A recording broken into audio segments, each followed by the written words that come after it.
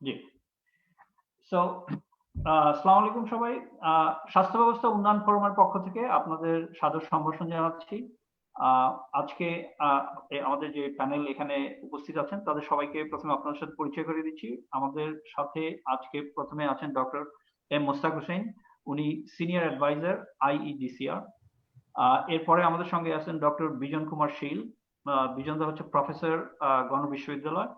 আহ, এরপরে আমাদের সাথে আছে ডক্টর জাহিদুর রহমান। জাহিদ হচ্ছে গিয়ে assistant professor Suhrawardy medical college, Shaheed Suhrawardy medical college. তো আমি সাধারণত যেরকম আলোচনা করতে পছন্দ করি, আমার ফরম্যাটটা হচ্ছে কি ভেরি ইনফর্মাল। কারণ আপনার অনেক সময় দেখা যায় যে আমাদের আসলে মোটিভটা কি, মোটিভটা হচ্ছে গিয়ে যে আপনাদের সাথে টেকনিক্যাল ব্যাপারে আলাপ আলোচনা করব, কিন্তু আলটিমেট এইম হচ্ছে গিয়ে সাধারণ মানুষ যাতে এর থেকে ইনফরমেশন গুলি পায়, সেই ইনফরমেশন গুলি নিয়ে তারা যাতে বেনিফিটেড হয়, এটা হচ্ছে কি আমাদের aim। তো এইটা যেহেতু টেকনিক্যাল বিষয়, টেকনিক্যাল সাবজেক্ট, তো সবসময় হয়তো এটা সম্ভব হবে না। তো আমরা চেষ্টা করবো যতটা আপনার নন টেকনিক্যাল রাখা যায়।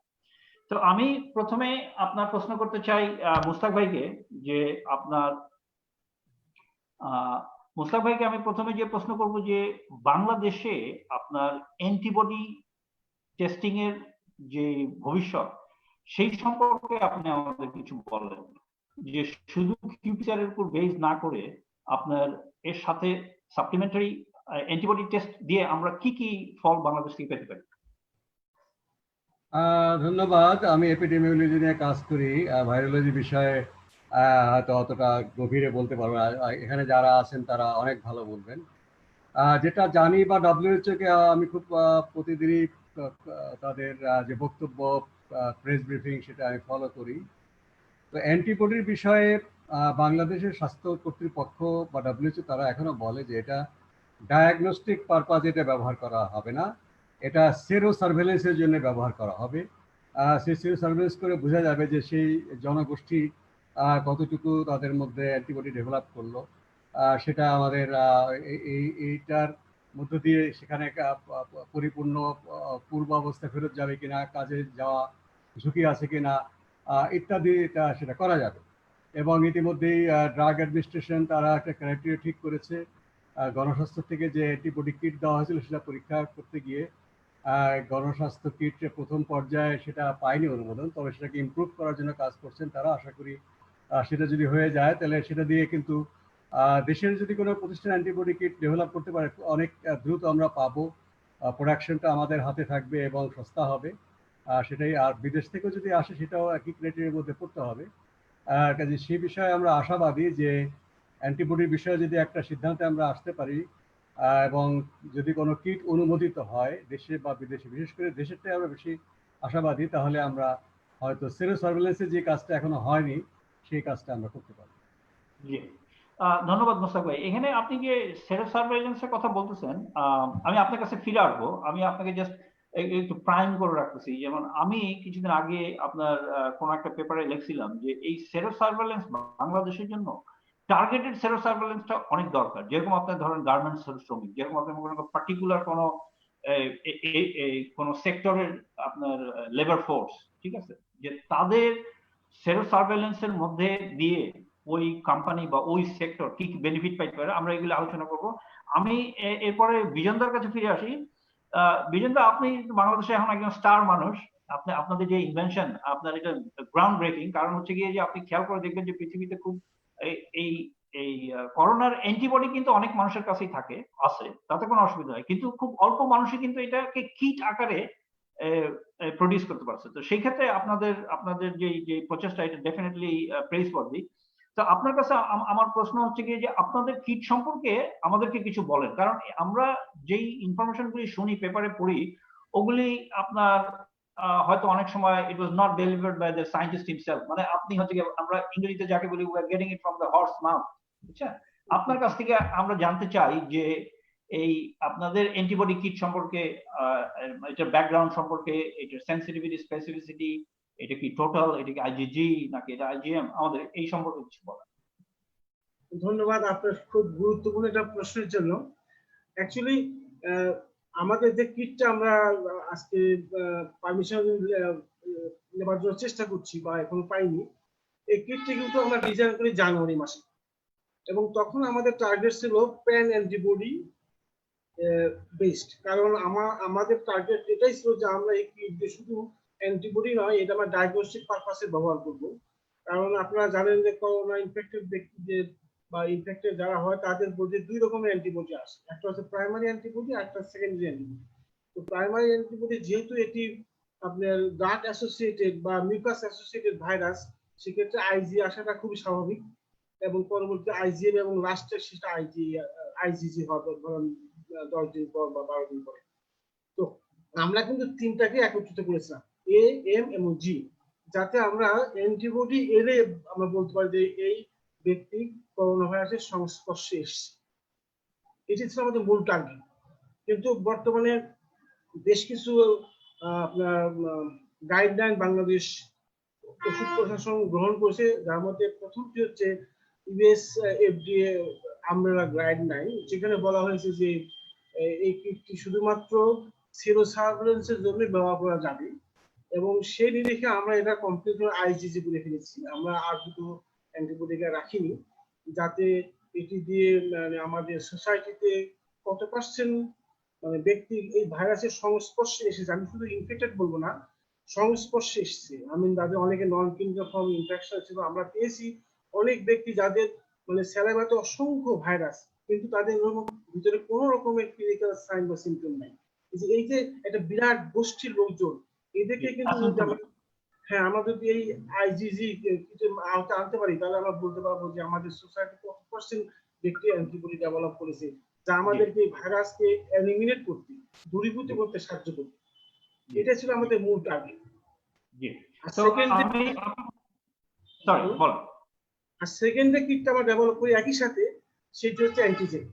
কারণ আমরা জানতাম যে একটা গ্যাপ থাকে অ্যান্টিজেন এবং অ্যান্টিবডি প্রোডাকশনের মাঝে, যে গ্যাপটা পিসিআর অবশ্য চলছে, পিসিআর কিছু কেসকে ডিটেক্ট করতে পারছে না, বা ফলস পজিটিভ থাকতে পারে, আপনি পিসিআর এক্সপার্ট, আপনি অবশ্যই জানেন না।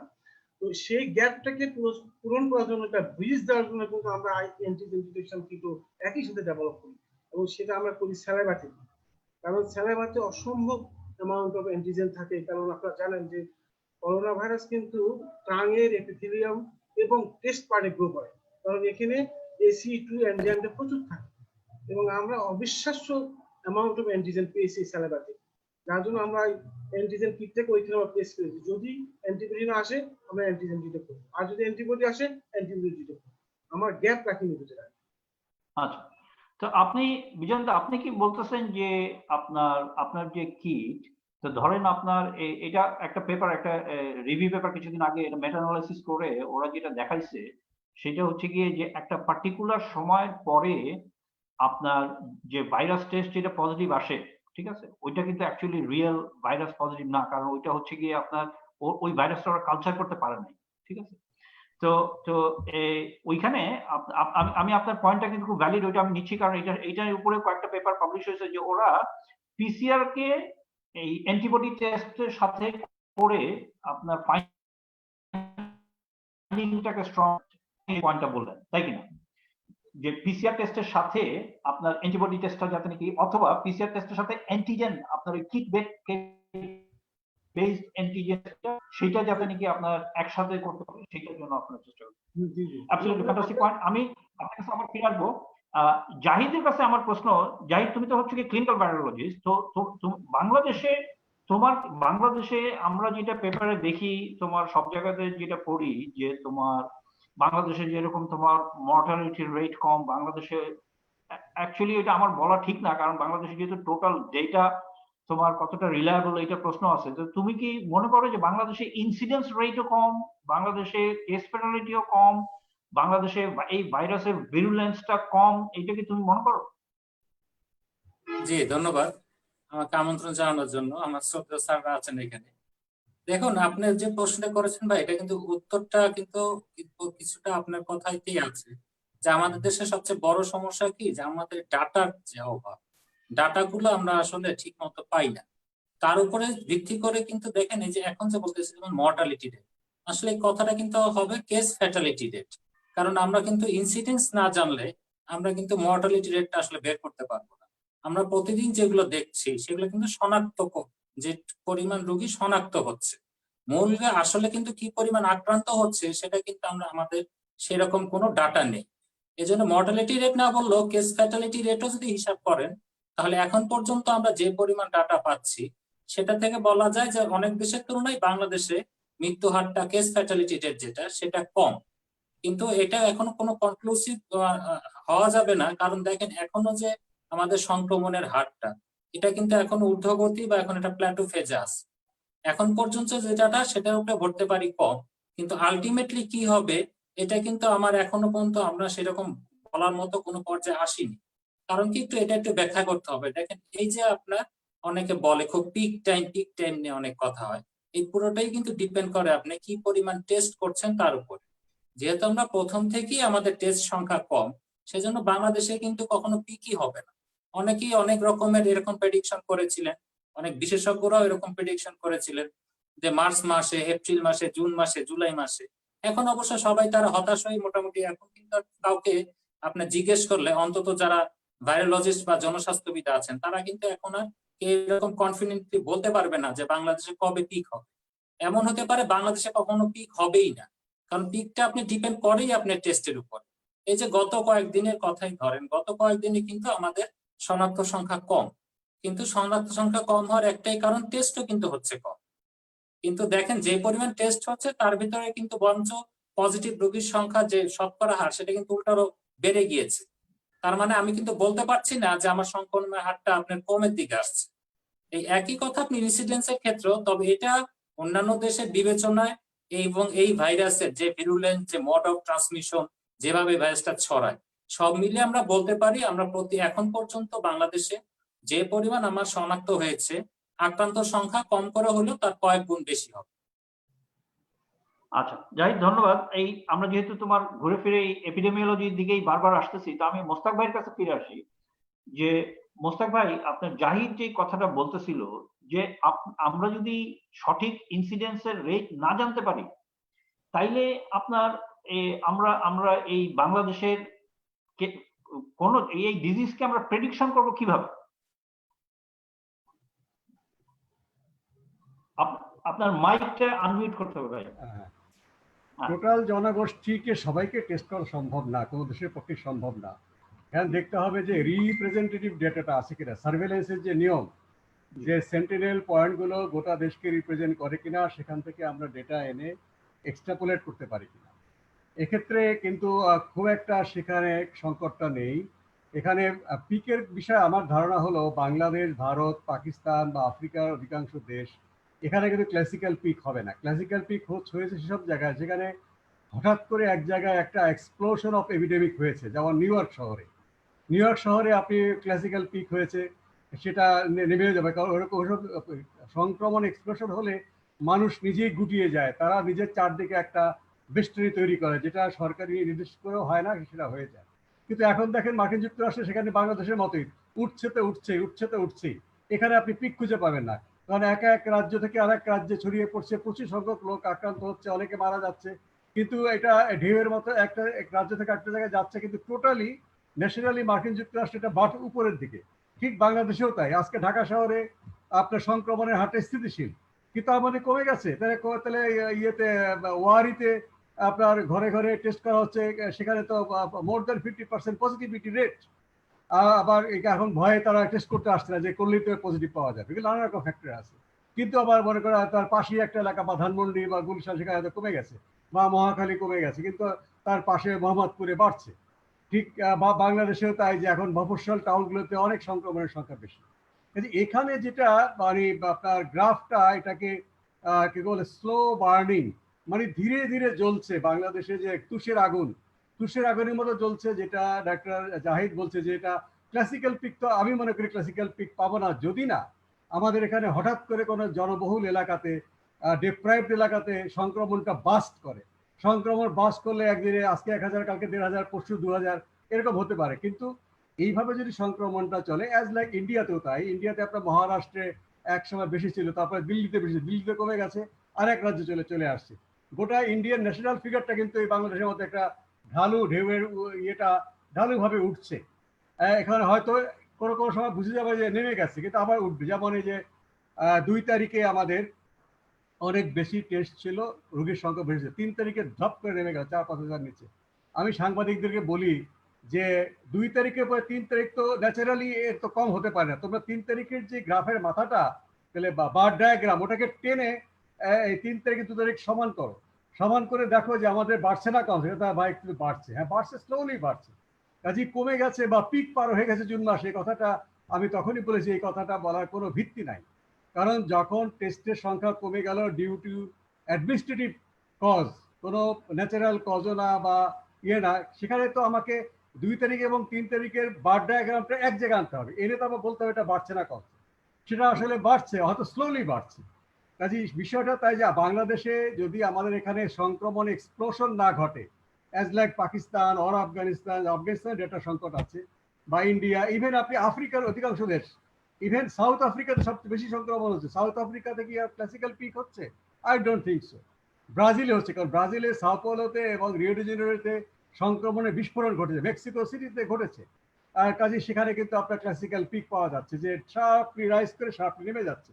কিন্তু অধিকাংশ দেশে এই 10-12টা দেশের বাইরে পৃথিবীর সব জায়গায় কিন্তু এই বাংলাদেশে স্লোলি বার্ন করে আগাচ্ছে।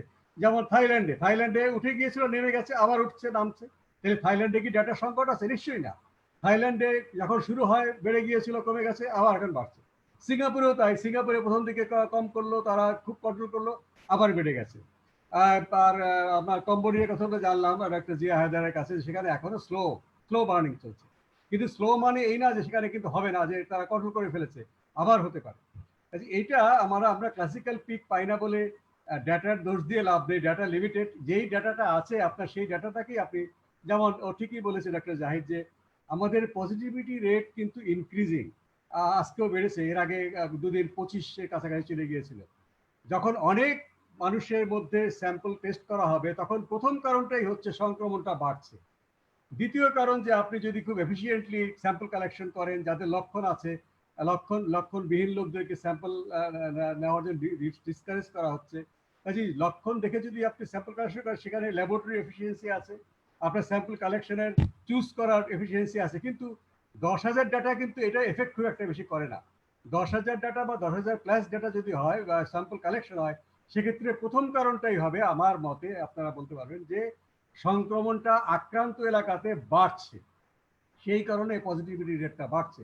হ্যাঁ, কোনো একদিন কমে যাবে, কিন্তু পরদিন কিন্তু আবার বাড়বে। কিন্তু একদিনের ডেটা দিয়েও কিন্তু আবার বিচার করা যাবে না, সেখানে 3 দিন, আরো ভালো হয় 5 দিন বা 7 দিনের ডেটা গিয়ে প্রতি সপ্তাহের যদি গ্রাফটা আমরা দেখি, তাহলে কিন্তু আরো রিয়েল পিকচারটা পাবো।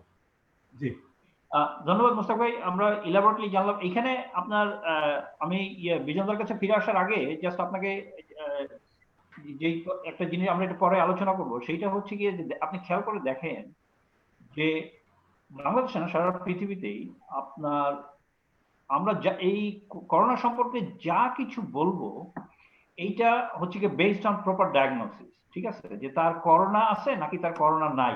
ঠিক আছে, যদি তার করোনা থাকে, then we will say this and that. এখন এইটার জন্য তো আমাদেরকে রিলাই করতে হবে the one and only PCR test. ঠিক আছে, এখন বাংলাদেশে পিসিআর টেস্ট নিয়ে যেরকম একটা চ্যালেঞ্জিং সময় পার হচ্ছে বা যেরকম একটা সমস্যা হচ্ছে, তো আপনি, আমি এটা আপনার কাছে পরে আসবো, আপনি এখনই আনসার করার দরকার নাই। সেটা হচ্ছে গিয়ে যে যেই পিসিআর এর ডেটা আমরা পাচ্ছি, এটা কি রিলায়েবল কিনা, আমি এই প্রশ্নটা আপনাকে করবো। তার আগে আমি বিজনদার কাছে ফিরে আসি। বিজনদা, আপনারা আপনি একটা খুব ইন্টারেস্টিং কথা বলছেন, আমি এটা এখন চিন্তা করতেছি যে অ্যান্টিবডি কিট তো আপনার মনে হচ্ছে যে কারণ আপনার এই, আপনি খেয়াল করে দেখবেন যে, আমি জানি আপনি শিওর এটা আপনি ওয়াকিবহাল আছেন, সেটা হচ্ছে গিয়ে যে জন হপকিন্স ইউনিভার্সিটির ওয়েবসাইটে যদি আপনি যান, তাহলে সারা পৃথিবীতে কোথায় কয়টা অ্যান্টিবডি কিট বেরোছে এটা ডেটা দেওয়া আছে, বুঝছেন, একবার ডিটেইল, যে কোন দেশ কি কি কিট বানাইছে, সেই কিটের সেন্সিটিভিটি কত, সেই কিটের স্পেসিফিসিটি কত, একবার ডিটেইল। ঠিক আছে, তো আমি আশা করব যে আপনাদের কিটটা যখন হয়ে যাবে সেটাও ওখানে যাবে। ঠিক আছে, তাহলে সারা পৃথিবীর মানুষ দেখবে যে আপনার বাংলাদেশের কিটের হচ্ছে গিয়ে সেন্সিটিভিটি এই, স্পেসিফিটি। কিন্তু আপনাকে স্বীকার করতেই হবে যে সারা পৃথিবীতে অ্যান্টিবডি কিট যদি থাকে কথার কথা 100টা, তাইলে অ্যান্টিজেন কিট আছে 0.0.0.1টা, বুঝছেন। তো সেইখানে আপনারা যে অ্যান্টিজেন কিটটা বানাচ্ছেন বা আপনাদের হাতে এমন কোন স্ট্রং অ্যান্টিবডি বা এমন রিএজেন্ট আছে যে আপনারা অ্যান্টিবডি কিটটা বানাচ্ছেন, তো এইটা আপনারা কবে বা আপনার এটা ব্যাকগ্রাউন্ডটা আমাদেরকে আজকে এখানে আমরা ফিউচার প্ল্যান যে এই অ্যান্টিবডি কিটটা আমরা পরে আসতেছি, যে অ্যান্টিজেন কিট নিয়ে আপনাদের প্ল্যানটা কি? অ্যান্টিজেন কিট নিয়ে আমাদের যে প্ল্যান আগে ছিল এখন সেটাই আছে, যে আমরা মূলত স্যালামা থেকেই অ্যান্টিজেনটা আমরা ডিটেক্ট করব। আমাদের যে ইন্টারনাল ভ্যালিডেশন সেটা আমরা পেয়েছি প্রায় 90% আমার সেন্সিটিভিটি পেয়েছি এবং 100% স্পেসিফিসিটি আমরা পেয়েছি। তো সেটাই আমরা আপনাদের ইন্টারনাল ভ্যালিডেশনের জন্য আপনারা কতগুলি পেশেন্টের স্যাম্পল ব্যবহার করছেন? আমরা প্রায় 150 পিসিআর পজিটিভ পেশেন্টের স্যালাইভা আমরা ব্যবহার করেছি, এবং which is a good number. অধিক সংখ্যক করেছি নেগেটিভ স্যাম্পল। তো আমরা এই রিপোর্টটা একটা ডকুমেন্ট ডসিয়ার হিসেবে পাঠিয়েছি আমরা ওষুধ প্রশাসনে, এবং এই টেস্টটি নীতিমালা গত সপ্তাহে পাস হয়েছে যে কতগুলো টেস্ট করতে হবে। সেখানে কিন্তু খুব বেশি স্যাম্পল তারা চাননি, মাত্র 30টা বা 40টা পিসিআর পজিটিভ পেশেন্ট থেকে স্যাম্পল করা যাবে এবং 80টা হচ্ছে নেগেটিভ। তো আমরা এখন বঙ্গবন্ধু শেখ মুজিব মেডিকেল ইউনিভার্সিটিতে আমাদের কিট দেওয়া আছে আগেই, তো আমরা তাদেরকে এই বর্তমান যে ইউএস আমব্রেলা প্রটোকল যেটা ডিজিডি অ্যাপ্রুভ করেছে সেটা সমন্বিত করে ওনাদেরকে আমরা দেব। ওরা আমার মনে হয় খুব শীঘ্রই এটা নিয়ে টেস্ট শুরু করবে। তখন দেখা যাক, মানে অ্যাকর্ডিং ডিজিডি এর যে আপনার লেটেস্ট গাইডলাইন সেখানে 80% সেনসিটিভ এবং 100% স্পেসিফিক হতে হবে। আমরা বিশ্বাস করি আমাদের কিটটা হয়তো সেটা মিট আপ করতে পারবে, পার্টিকুলারলি অ্যান্টিজেনটা। এটা তো আপনার বিশ্বাসের ব্যাপার হচ্ছে কি যে আপনাদের যদি হার্ড মানে কংক্রিট এভিডেন্স থাকে আপনাদের নিজেদের ডেটার উপর বেস করে, এবং আপনারা নিশ্চয়ই সেটা শেয়ার করবেন ওনাদের সাথে, so everything would be visible. ওনারা তো দেখতে পাবেন যে আপনারা 150 পেশেন্টের উপরে টেস্ট করে এই রেজাল্ট পাইছেন। সো এখানে তো আপনার এটা ম্যাথমেটিক্যাল না হওয়ার কিছু না। তো এখানে আপনার আমার যে প্রশ্ন থাকে, আপনাদের এটা কি পয়েন্ট অফ কেয়ার কিট? আপনার ওই কার্ট্রিজের মধ্যে আপনার স্যালাইভার স্যাম্পল দিলে অটোমেটিক্যালি সেটা অ্যান্টিজেন ডিটেক্ট করবে এরকম? জি, automatically within 3 minutes up to 3 to 5 minutes result পাবেন। আচ্ছা, তার মানে হচ্ছে কি যে আপনি যেটা বলতে চাচ্ছেন যে এইটার জন্য আপনার কোনো হাই কোনো ল্যাবরেটরি দরকার নাই, ঠিক আছে? এইটা মানুষ যে কোনো আমরা কিন্তু অ্যান্টিজেন টেস্ট ইভালুয়েশন কিছুটা পিছিয়ে আসছি, কারণ স্যালাইভা কালেকশন একটা বিষয় ছিল। কারণ আমরা যেভাবে স্যালাইভা কালেকশন করেছিলাম, আমাদের যখন স্টাডি প্রথম থেকে শুরু হয় বঙ্গবন্ধু শেখ মুজিব মেডিকেল ইউনিভার্সিটিতে, তখন স্যালাইভা কালেকশন ঠিক ওইভাবে হচ্ছিল না, মানে এটা একটা ডিসহারমোনাইজড হয়ে গেছিল। পরে আমরা নতুন করে আবার স্যালাইভা কালেকশন ডিভাইস তৈরি করেছি, আমরা স্টাডি করেছি এটার উপরে, এবং সেই ডিভাইস আমরা এখন দিচ্ছি বঙ্গবন্ধু শেখ মুজিব মেডিকেল ইউনিভার্সিটিকে, যাতে তারা মোটামুটি 90% সিমিলার স্যালাইভা স্যাম্পল কালেকশন করতে পারে ফ্রম দ্য পেশেন্ট। এই স্যাম্পলটাই কিন্তু পরবর্তীতে ফ্রোজেন করা হয় অথবা স্পিনিং করে সুপারনেটেন্ডি টেস্ট করা হয়।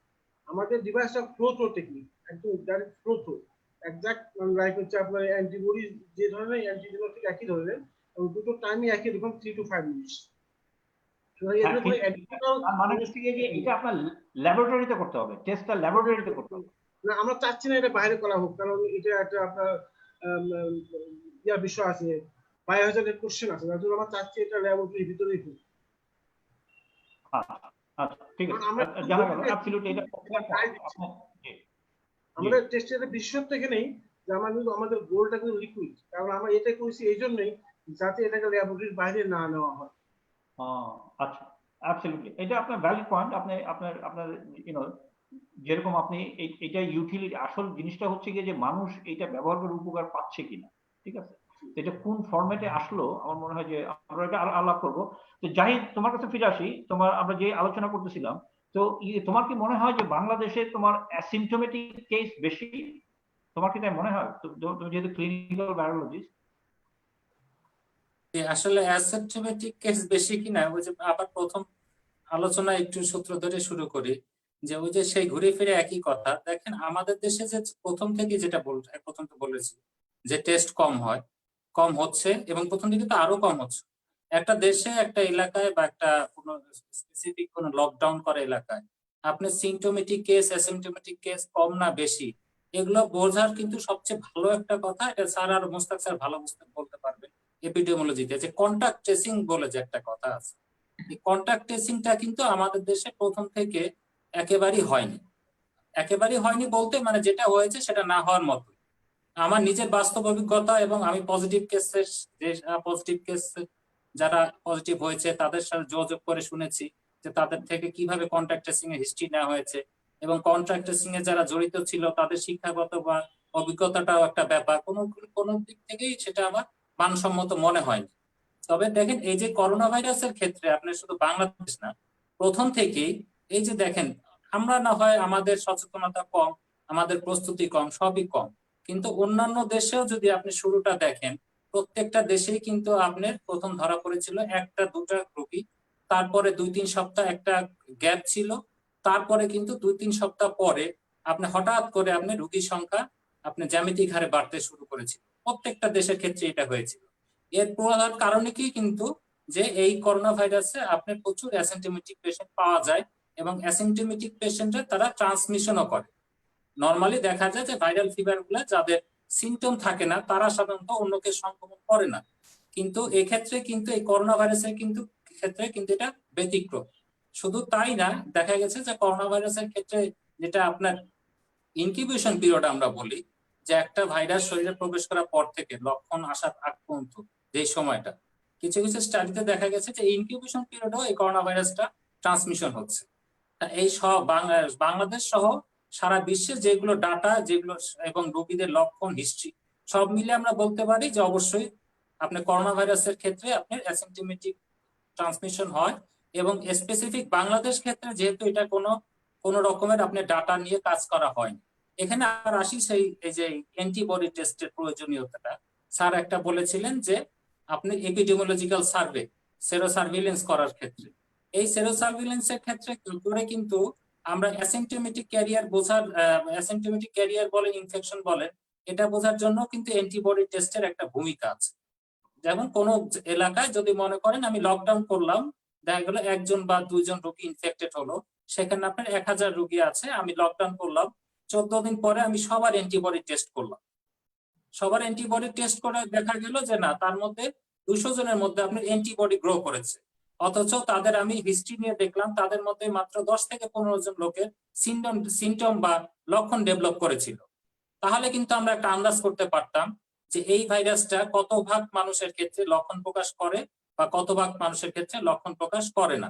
তবে এজ এ হোল গ্লোবালি যদি চিন্তা করা হয় এখন পর্যন্ত যতটুকু সব ডাটা মিলে আমরা বলতে পারি যে আপ টু 40-50% কেস করোনা ভাইরাসের ক্ষেত্রে অ্যাসিম্পটোমেটিক হয়ে থাকে। আচ্ছা আচ্ছা, মোস্তাক ভাই আপনি কিছু অ্যাড করবেন এই এই মানে এপিডেমিওলজিক্যাল? প্রথম কথা হলো যে কন্ট্যাক্ট ট্রেসিং হয়নি, কথাটা ঠিক না। একদম প্রথম থেকে এপ্রিল মাস পর্যন্ত আইডিসিআর এর তত্ত্বাবধানে যখন প্রত্যেকটা কেসের ফলো আপ করা হতো তখন কন্ট্যাক্ট ট্রেসিংটা করা হতো। এখন যেখানে কমিউনিটি ট্রান্সমিশন হয়ে গেছে সেখানে কন্ট্যাক্ট ট্রেসিংটা হয়তো অত এফেক্টিভলি হয় না, টেলিফোনের মাধ্যমে জিজ্ঞেস করা হয়েছে। সেটা একটা ফর্মুলাই আছে WHO এর গাইডলাইনে যে কমিউনিটি ট্রান্সমিশনের ক্ষেত্রে কন্ট্যাক্ট ট্রেসিংটা পুরোপুরি কার্যকর না হলেও এটা করতে হবে, হাল ছেড়ে দেওয়া যাবে না, অন্তত তার ফ্যামিলি মেম্বার এবং ওয়ার্কিং প্লেসের মেম্বারদেরকে কোয়ারেন্টাইন করতে হবে। আর যেখানে কমিউনিটি ট্রান্সমিশন এস্টাবলিশমেন্ট সেখানে কন্ট্যাক্ট ট্রেসিং এর সমস্ত সূত্র অনুযায়ী কাজটা করতে হবে সেটা। তবে এই অ্যাসিম্পটোমেটিক কতজন রোগী আছে এটার ডেটা পুরোপুরি না হলেও আইডিসিআর প্রথম দিকে যখন কন্ট্যাক্ট ট্রেসিংটা করে তখন ফ্যামিলি মেম্বারদের সবারই স্যাম্পল নিয়েছিল, তাদের লক্ষণ থাক বা না থাক। এই প্রিন্সিপালটা হচ্ছে যে লক্ষণ থাকলে স্যাম্পল না হবে, কিন্তু পরীক্ষামূলকভাবে প্রথম যে কতগুলো রোগী বা মোর দ্যান 100 তারা ফ্যামিলি মেম্বারদের নিয়েছে, তখন দেখা গেছে যে সিমটম ছিল না এমন ফ্যামিলি মেম্বার যারা কন্ট্যাক্ট তাদের 25% তাদের মধ্যে পজিটিভ পাওয়া গেছে কোভিড-19। এটা কোনো পাবলিশ হয়নি এখনো, এটা আনপাবলিশ। তারপর আমাদের আলোচনার জন্য আইডিসিআর ডিরেক্টর বলেছেন যে 23 থেকে 25 পুরোপুরি ডাটা অ্যানালাইসিস করলে বোঝা যাবে। যে 1/4 রোগী তাদের কোনো সিমটম ছিল না। এই বিষয়ে এটুকু। জি তো আমি এখানে একটু অ্যাড করতেছি। জি বলুন। এখানে আমি স্যারের সাথে আমি একটু এগ্রি করি। আমরা কিন্তু বেশ কয়েকটা ফ্যামিলির থেকে আমরা রক্ত নমুনা পেয়েছিলাম, ওনারা আমাদের অনুরোধ করেছিলেন যে ওনাদের বডিতে অ্যান্টিবডি এসছে কিনা। তো আমরা যে কটা ফ্যামিলি দেখেছি তাতে অনেক, একটা ফ্যামিলি ছিল 19 জন মেম্বার, আর একটা ছিল 13 জন মেম্বার, আর একটা 8 জন মেম্বার। এই ধরনের অনেক আমরা টেস্ট করেছি এবং আমরা দেখেছি প্রায় 90% মানে কন্টাক্ট যারা ছিল ফ্যামিলিতে একজন দুজন পিসিআর পজিটিভ, তাদের প্রতি অ্যান্টিবডি চলে আসছে এবং ওনারা বলছেন যে ওনাদের মধ্যে তেমন কোনো সিমটম হয়নি। অনেকে হয়তো কাশি ছিল, অনেকে একটু পেট ব্যথা বা একটু মাথা ব্যথা ছিল, কিন্তু ক্লাসিক যে করোনা সিমটমটা সেটা ছিল না, কিন্তু তাদের মধ্যে অ্যান্টিবডি চলে আসছে। সুতরাং সিমটোমেটিক ট্রান্সমিশনে এমন ফ্যামিলি মেম্বার হচ্ছে এ বিষয়ে কোনো সন্দেহ নেই। আচ্ছা, তো এই বিজনদা, এখানে আপনি নিজে জানেন যে আপনার আমাদের শরীরে যে অ্যান্টিবডি আসে ওইটা 70 to 75% হচ্ছে গিয়ে আপনার আইজিজি, ঠিক আছে, আর ওইটা 10 to 15% হচ্ছে গিয়ে আইজিএম। তো এখন আপনার ওই পৃথিবীর অন্যান্য দেশে যেরকম তারা আইজিএম এবং আইজি কিট, এটি হচ্ছে গিয়ে সবচাইতে বেশি যত অ্যান্টিবডি কিট আছে তারা সবাই হচ্ছে আইজিএম এবং আইজিজি। এখন তারা ওইটা বলতেছে যে আইজিএমটা যেহেতু আগে আসে, তো ওই হিসাবে তারা ধরে নিবে যে তাদের হয়তো রিসেন্টলি ইনফেকশনটার মধ্যে আছে অথবা শেষ হয়েছে, এবং এরপরে হচ্ছে গিয়ে আইজিজিটা তাদের ডেভেলপ করতেছে হচ্ছে গিয়ে লং টার্ম মেমোরি। তো আপনার কাছে আমার প্রশ্ন, আপনি যেহেতু দীর্ঘদিন আপনার এটা নিয়ে কাজ করতেছেন, তো আপনার এই সাধারণ মানুষের মধ্যে এক ধরনের প্যানিক কাজ করতেছে। আমি এখানে just devil's advocate role play করতেছি, I know the answer myself. আমি আপনাদের কাছে জাস্ট জিজ্ঞেস করতেছি যে সাধারণ মানুষের মধ্যে কিন্তু একটা প্যানিক আছে যে অ্যান্টিবডি আসা মানেই কি আপনার আমার আর সেকেন্ড টাইম করোনা হবে না? আপনি কি মনে করেন? এটা একটা খুব জটিল কোশ্চেন, এটা নিয়ে প্রচন্ড বিতর্ক হচ্ছে। আমি সেই বিতর্কে একজন মধ্যমণি। কারণ আমি একটা কথা বারবারই বলে এসেছি যে যেনারা করোনা থেকে মুক্ত হয়েছেন বা অ্যান্টিবডি ডেভেলপ করেছেন, তাদের হয়তো অ্যান্টিবডি 1 মাস 2 মাস পর নাও থাকতে পারে, কিন্তু ওনাদের শরীরে মেমোরি সেলটা থাকে, যে মেমোরি সেল এই ভাইরাসের যে কোনো সময় প্রেজেন্স এসে সে অ্যান্টিবডি তৈরি করতে পারে এবং প্রোটেকশন দিতে পারে। তবে একটা বিষয় এখানে আসছে যে যেহেতু এটা মিউকাস অ্যাসোসিয়েটেড ইনফেকশন, তো সাধারণত আইজিজি কিন্তু মিউকাসে খুব কম থাকে, সেখানে থাকে বেশি আইজিএ, কিন্তু আইজির আবার স্থায়িত্বকাল মাত্র 45 ডেজ ম্যাক্সিমাম, তারপরে আইজিএ থাকে না। তো এখন প্রশ্ন হচ্ছে যদি কারো 1 মাস বা 3-4 মাস পর যদি ভাইরাসটা আবারও প্রবেশ করে, সেই লোকাল যে অ্যান্টিবডি গুলো মেমোরি সেল থাকে এবং সেখানে কিন্তু আইজিএ মেমোরি সেল থাকে, তো সেই আইজিএ মেমোরি সেল থেকে অ্যান্টিবডি তৈরি করে প্রোটেকশন দেওয়ার কথা। কিন্তু যদি ভাইরাসটা রিসেপ্টর চেঞ্জ করতে পারে তাহলে কিন্তু সেখানে ইনফেকশন হওয়ার একটা সম্ভাবনা থাকে।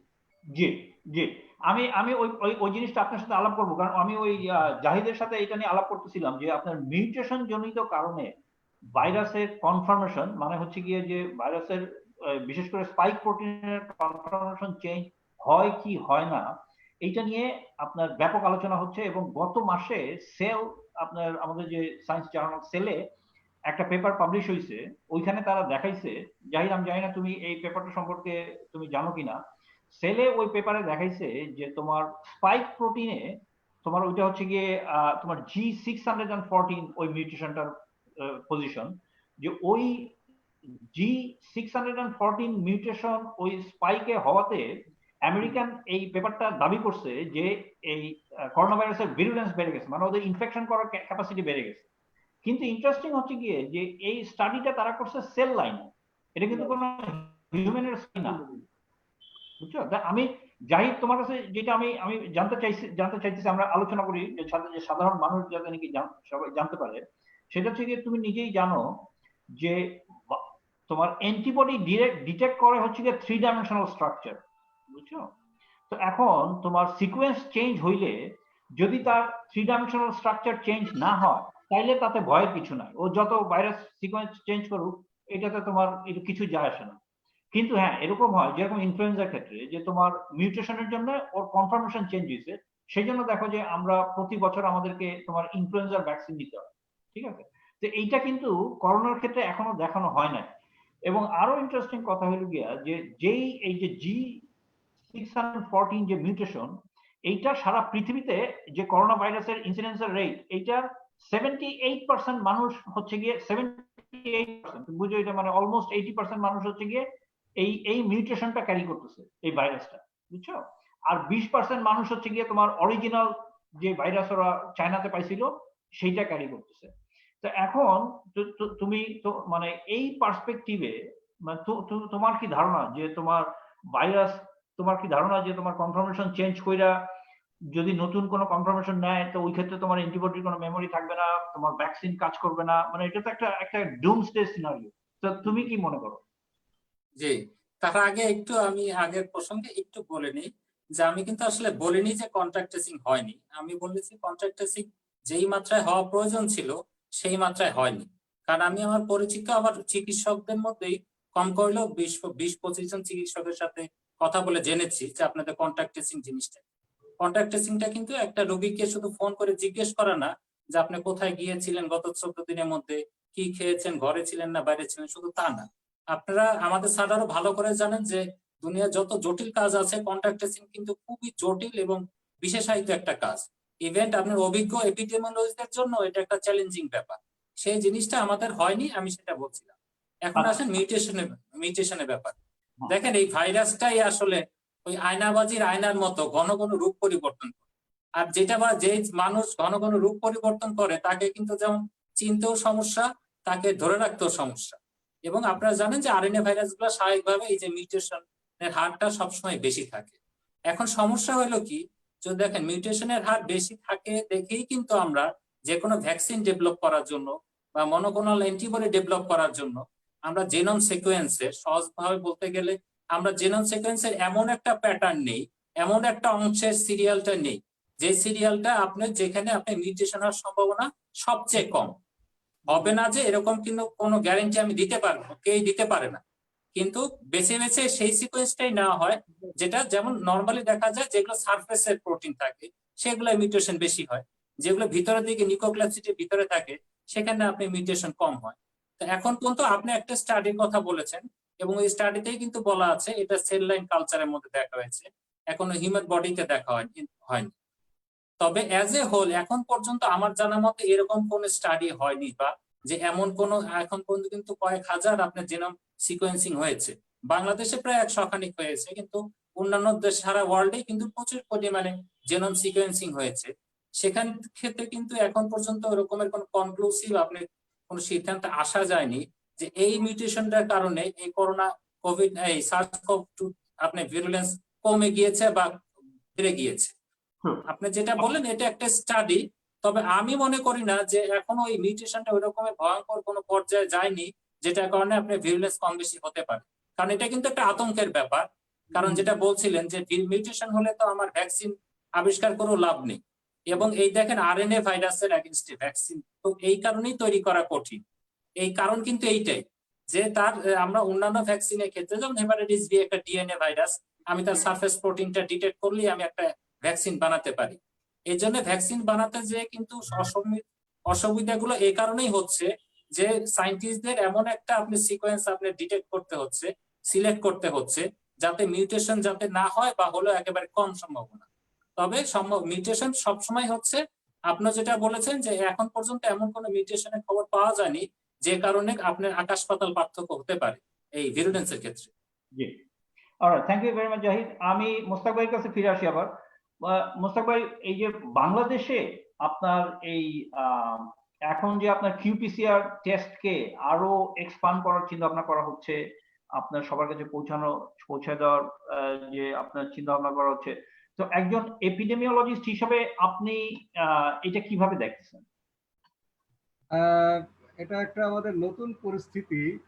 যেমন এর আগে যখন ইনফ্লুয়েঞ্জা প্যান্ডেমিক ছিল, H1N9 যেটা সোয়াইন ফ্লু নামে খ্যাত, তখন একটা প্রোটোকল অনুযায়ী কাজ করেছি আমরা WHO, যে প্রথম 6 মাস কমার্শিয়ালি এটা অ্যাভেলেবল হবে না, যে এটা প্রাইমার WHO থেকে দেওয়া হয়েছে, সরকার নির্ধারিত এপিডেমিওলজিক্যাল ইনস্টিটিউট IDCR কে, সেটাই হয়েছিল। তখন সংকট হয়েছিল যে ওসেলটামিভির ট্যাবলেট প্রোডাকশন করবার অনুমতি দেওয়া হবে কিনা প্রাইভেট সেক্টরে, সেটা নিয়ে টানাপোড়েন ছিল। এবারে যখন কোভিড-19 প্যান্ডেমিকটা হলো, আমরা সেটাই ফলো করছিলাম যে অন্তত 6 মাস এই আরটিপিসিআর এরটা অ্যালাউ না করা, কারণ ডাব্লিউএইচও সরকারি প্রতিষ্ঠানকে দেয়, এটা কমার্শিয়ালি অ্যাভেলেবল করে না। কিন্তু 3 মাসের মাথায় আপনার মার্চ মাসে ডিসেম্বরের 31 তারিখে শনাক্ত হলো আননোন আপনার নিউমোনিয়া, জানুয়ারি ধরেন, তাহলে মার্চ মাসেই বাংলাদেশের হাসপাতালগুলোর এমন পরিস্থিতি হলো যে কোনো রোগীকেই তারা চিকিৎসা করতে পারছিল না করোনা সন্দেহে, কারণ ইনফেক্টেড হয়ে যাচ্ছিল অনেক ডাক্তার হয়তো না জেনেই। কাজে একটা প্রচন্ড চাপ ছিল। ওই সময় আইডিসি এর সাথে খুব টানাপোড়েন ছিল এই বিশেষ করে ক্লিনিশিয়ানদের, হাসপাতালগুলো, যে কেন আমাদেরকে, হয় তোমরা আমাদের টেস্ট করে দাও রোগীদেরকে, তখন আইডিসি বলে আমাদের ডায়াগনস্টিক ল্যাবরেটরি না, তাহলে ছেড়ে দাও, আমরা আমাদেরকে প্রাইমার দাও, ডাব্লিউএইচও কে বলো বা সরকার নীতি গ্রহণ করুক। আইডিসি ছাড়তে চাচ্ছিল না, কারণ ওই যে হিসাব যে 6 মাসের মাথায়, 6 মাসের আগে এই ভাইরাসের ক্যারেক্টারিস্টিক না বোঝা পর্যন্ত এই ভাইরাস কিভাবে যায়, কিভাবে ইনকিউবেশন পিরিয়ড বা ইত্যাদি প্রাথমিক যেগুলো এটার বা ম্যানেজমেন্ট কি হবে সব জানার পরে সেটা আমরা ছাড়বো। কাজে এই যে পুরনো ফর্মুলায় এটা অনেক কিছু বিপর্যয় হয়েছে, যেমন মাস্ক ব্যবহার নিয়ে, মাস্ক ব্যবহার সবাই করবে কি করবে, এটা ডাব্লিউএইচওর একটা ইয়ে ছিল যে সিমটম ছাড়া যে না তার মাস্ক ব্যবহার করার প্রয়োজন নাই। কিন্তু প্রয়োজনে তাকে দেখা গেলো যে যখন কমিউনিটি ট্রান্সমিশন হয়ে যায় তখন যার সিমটম নাই তাকেও মাস্ক করতে হয়। এটাও নিয়ে অনেক একটা ইয়ে হয়েছে, ডাব্লিউএইচওকে এখনো কথা শুনতে হচ্ছে, বাংলাদেশে আইডিসির কথা শুনতে হচ্ছে, কারণ আইডিসিআর বলছিল মাস্ক প্রয়োজন নেই, আমাদের জিনিসটা সমর্থন করে মাননীয় মন্ত্রী বলছিলেন মাস্ক প্রয়োজন নাকি, মন্ত্রীকে গালি শুনতে হচ্ছে। যাই হোক, এখন এই যে আরটিপিসিআরটা খুবই কোয়ালিটি কন্ট্রোল করে এবং ব্যাকআপ ল্যাবরেটরি হিসেবে আইডিসিআর, বিআইটিআইডি চট্টগ্রাম, ঢাকায় আইপিএইচ এ দুটো, এবং আইডিসিআর এর ইন্টারনাল ব্যাকআপ হিসেবে আইসিডিডিআরবি কে ঠিক করেছিল যে আমরা এর বাইরে আমরা আপাতত যাব না। কিন্তু প্রচন্ড চাপ, যে হাসপাতালে রোগীরা আসছে জ্বর নিয়ে আসছে, সর্দি নিয়ে আসছে, কাশি নিয়ে, আমরা কিভাবে চিকিৎসা ফিরিয়ে দিচ্ছিল ডাক্তাররা সবাইকে। তো তখন ডিজি হেলথ এটা ইন্টারফেয়ার করবে সাকসেসফুলি।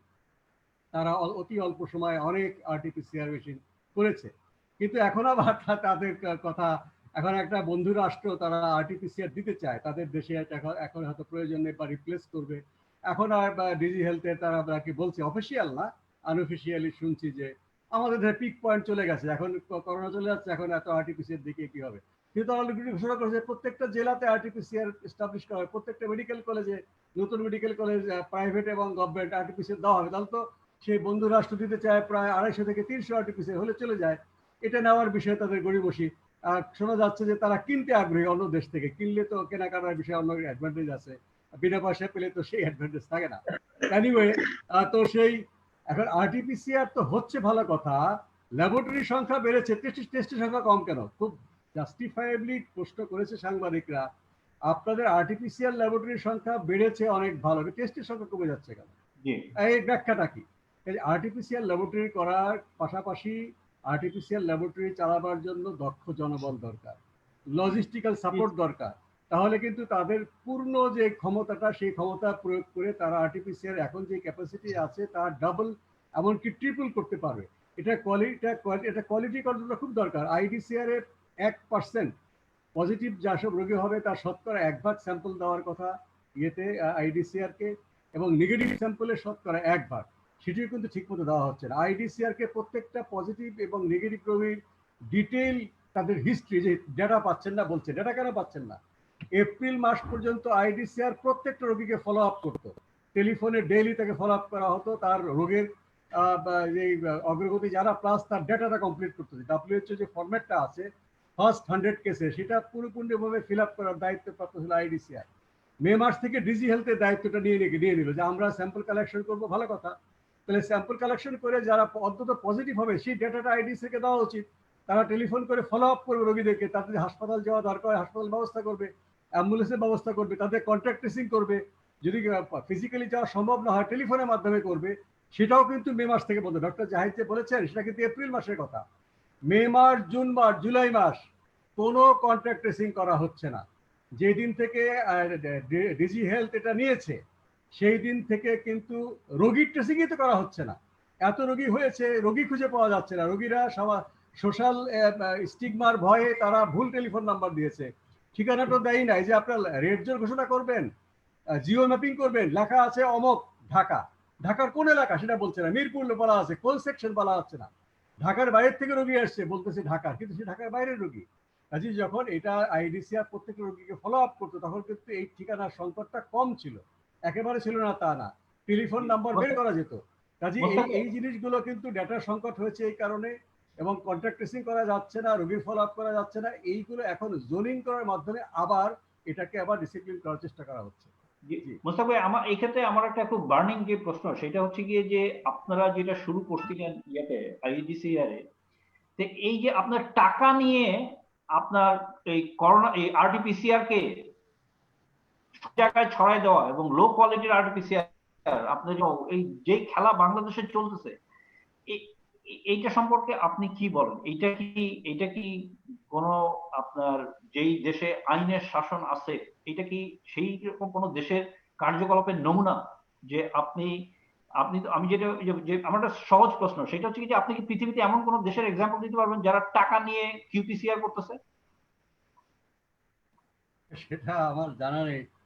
ভারতে টাকা নিচ্ছে শুনেছি, কিন্তু তারা সরকারি ক্ষেত্রেও নিচ্ছে কিনা আমি জানি না। তবে অধিকাংশ বা আমার জানা মতে এরকম কোনো উদাহরণ নেই যে একটা জনস্বাস্থ্যের সমস্যা, প্যান্ডেমিকের সমস্যা এই টাকা নিয়ে, এটা কিন্তু কোনো মতামত নেওয়া হয়নি।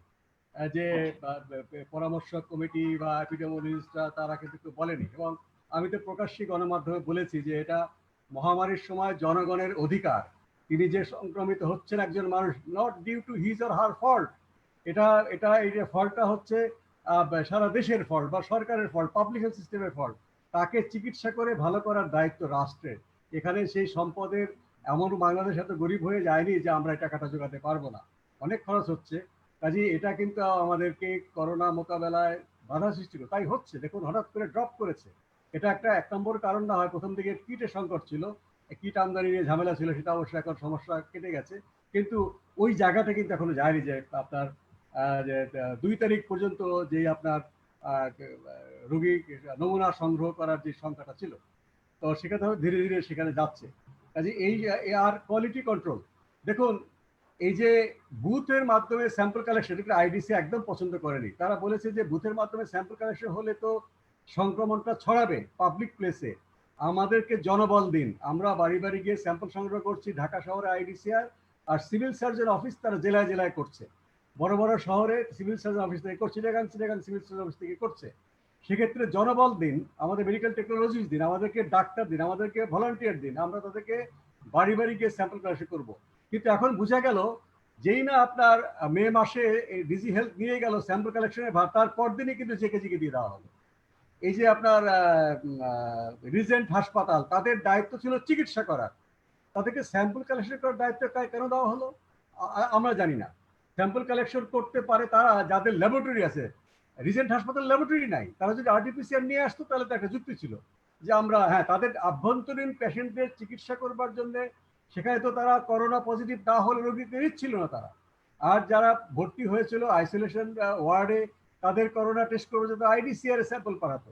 কাজে এই রিজেন্টকে কেন স্যাম্পল কালেকশন, এটা কিন্তু গণমাধ্যমে আসছে, তারা চিকিৎসা নিয়ে বলছে, তাদের লাইসেন্সটা নবায়ন করা, চিকিৎসা নিয়ে কিন্তু কমপ্লেনটা ছিল অন্য, তারা দুর্নীতি করেছে, টাকা নিয়েছে সরকারের কাছ থেকে, বা যন্ত্রপাতি নিয়ে সরকারের কাছ থেকে, ডাক্তার নিয়ে তারা টাকা নিয়েছে, কিন্তু স্যাম্পল কালেকশন করার অধিকার বা তাদের অনুমতি দিয়েছে কারা? এই যখন আইডিসিআর এর কাছ থেকে স্যাম্পল কালেকশনের দায়িত্ব চলে গেল, এখানে জনগণের প্রচন্ড চাহিদা ছিল স্যাম্পল কালেকশন বাড়াতে হবে, আরটিপিসিআর বাড়াতে হবে, এইটার সুযোগ নিয়েছে সুযোগ সন্ধানী মহল। এখন ব্যক্তি বিশেষ কোনো ব্যক্তি হতে তার পকেটে টাকাটা যায় নাই, কিন্তু যারা পকেটে টাকা না নিয়েও দুর্নীতিকে প্রশ্রয় দিয়েছেন, তিনি দুর্নীতিবাজের দায় দায়িত্ব তারা কখনই সেটা এড়াতে পারে না। জি জি, না এটা মানে এইটা আপনার বাংলাদেশে এই মুহূর্তে বিশেষ করে এই কিউআরটিপিসিআর নিয়ে যেরকম একটা চরম মিসম্যানেজমেন্ট চলতেছে, এবং মানুষকে শুধুমাত্র এই জন্য যে মানুষকে মৃত্যুর মুখে ঠেলে দিচ্ছে, এবং একটা জনস্বাস্থ্য যে একটা ব্রেকডাউন হচ্ছে শুধুমাত্র একটা পয়েন্টে, যে আপনার এই ডায়াগনোসিসের কোনো প্রপার সিস্টেম এখন পর্যন্ত তারা চালু করতে পারে নাই। অন টপ অফ দ্যাট, এই যে আপনার টাকা পয়সা নিয়ে এগুলি করার জন্য ট্রেন মানুষ ছাড়া যাতা মানুষের কাছে এগুলি ছড়াই দিছে। তো এগুলি দেখার জন্য বাংলাদেশে কি কোনো বডি নাই? বাংলাদেশে কোনো রেগুলেটরি বডি নাই? আনুষ্ঠানিক দায়িত্ব কোয়ালিটি কন্ট্রোল আইডিসিআর এর, কিন্তু ডিজি হেলথে যে কমিটি করেছে সেই কমিটিতে আইডিসিআর এর উপস্থিতি খুবই নগণ্য।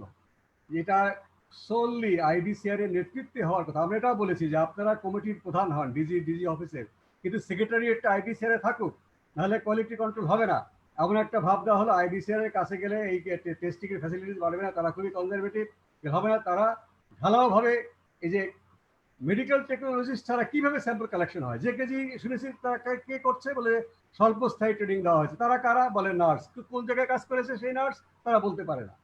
এই যে পুরো জিনিসটা একেবারে তারা এই যে সিন্ডিকেট তারা প্ল্যান করে এই জিনিসটা আইডিসিআর এর কাছ থেকে যেন চলে যায় সেটা ইনফ্লুয়েন্স করেছে এবং তারা ফলাফল পেয়েছে। কিন্তু সাফারার হলো কারা? সাফার হলো বাংলাদেশের মানুষ।